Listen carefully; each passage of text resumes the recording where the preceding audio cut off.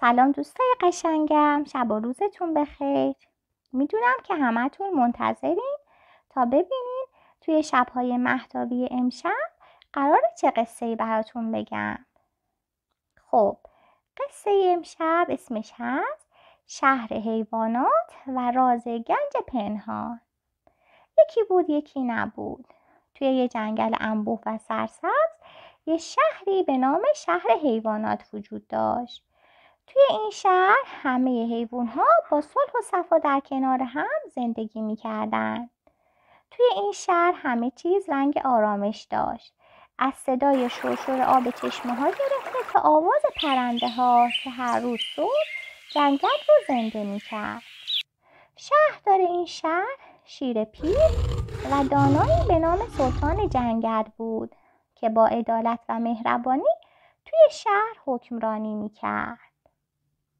روزی از روزها یه جغد پیر و خردمند به نام دانا با نگرانی اومد پیش سلطان جنگل و گفت ای سلطان، خبر بدی آوردم براتون. سلطان گفت چه خبری ای جغد دانا؟ جغد گفت نقشه قدیمی پیدا کردم که نشون میده یک گنج گرانبها در اعماق جنگل پنهان شده. اما این گنج به سادگی به دست نمیاد، چون یه پلنگ شرور و ترسناک به نام سیاه چنگال از اون محافظت میکنه و هر کدوم از حیوانها تا الان به گنج نزدیک شدن این پلنگ بدجنس اونو از پا در آورده. بچه ها جون، سلطان جنگل که نگران امنیت شهر و حیوانهای داخل جنگل بود تاج طلایی خودش رو روی سرش جابجا کرد و بعد از اینکه کمی فکر کرد گفت ما برای اینکه به گنج برسیم به شجاعت و اتحاد نیاز داریم، پس باید بهترین و شجاعترین حیوانها رو انتخاب کنیم. اونها کلی فکر کردن و بعد 4 حیوان رو انتخاب کردن. حیوان اول یه خرگوش زرنگ و باهوش به نام هوشمند بود که همه راه‌های جنگل رو بلد بود. حیوان دوم یه سنجاب چابک به نام صندوق بود که خیلی سریع می‌دوید و مثل برق از بین درخت‌ها رد می‌شد. حیوان سوم یه خارپشت قوی به نام تیغ‌تیز بود که به خاطر تیغ‌های محکمی که داشت میتونست از بقیه دفاع کنه. حیوان چهارم طوطی سخنگویی به نام شکرپاره بود که همیشه با بقیه شوخی میکرد و بهشون حرفهای روحیه بخش میگفت و اونها رو آروم میکرد. این 4 حیوان شجاع یه روز وقتی که خورشید از پشت کوه‌ها بیرون اومد سفرشون رو شروع کردن. جنگل در ابتدا آرام بود، اما اونها هرچی جلوتر میرفتن مسیر خطرناکتر میشد.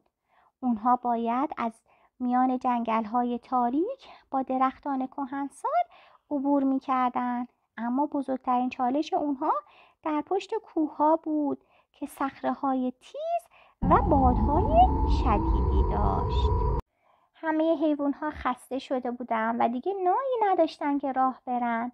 همین موقع شکرپاره با صدای بلند گفت فقط چند قدم دیگه مونده، من از اینجا میتونم غار رو ببینم.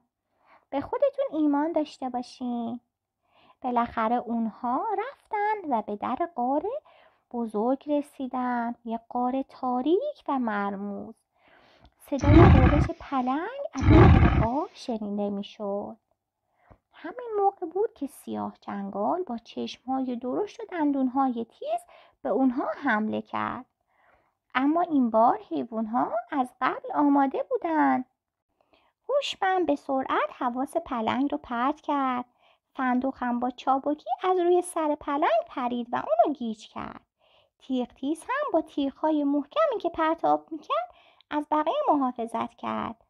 و در همین موقع شکرپاره هم فریاد میزد ما با هم قوی هستیم، تو نمیتونی ما رو شکست بدی. بچه ها جون، اینطوری شد که با اتحاد و همکاری اونها تونستن سیاه چنگال رو شکست بدن و گنج رو پیدا کنن. گنج صندوقچه‌ای پر از جواهرات و سکه های طلا بود. اونها تصمیم گرفتن تا گنج رو به شهر حیوانات ببرن تا از اون برای بهتر کردن زندگی حیوان‌ها استفاده بشه. بعد از اینکه اونها به شهر رسیدن، سلطان جنگل یه جشن خیلی بزرگی به افتخار این قهرمان‌ها برگزار کرد و توی اون جشن از این 4 تا حیوان شجاع تشکر کرد و گفت این گنج تنها طلا و جواهر نبود، بلکه گنج واقعی اتحاد و همکاری شما بود که به ما یاد داد ما با هم میتونیم بر هر مشکلی پیروز بشیم. بچه‌ها جون، بعد از اینکه جشن تموم شد، حیوان‌ها خیلی خوشحال بودن.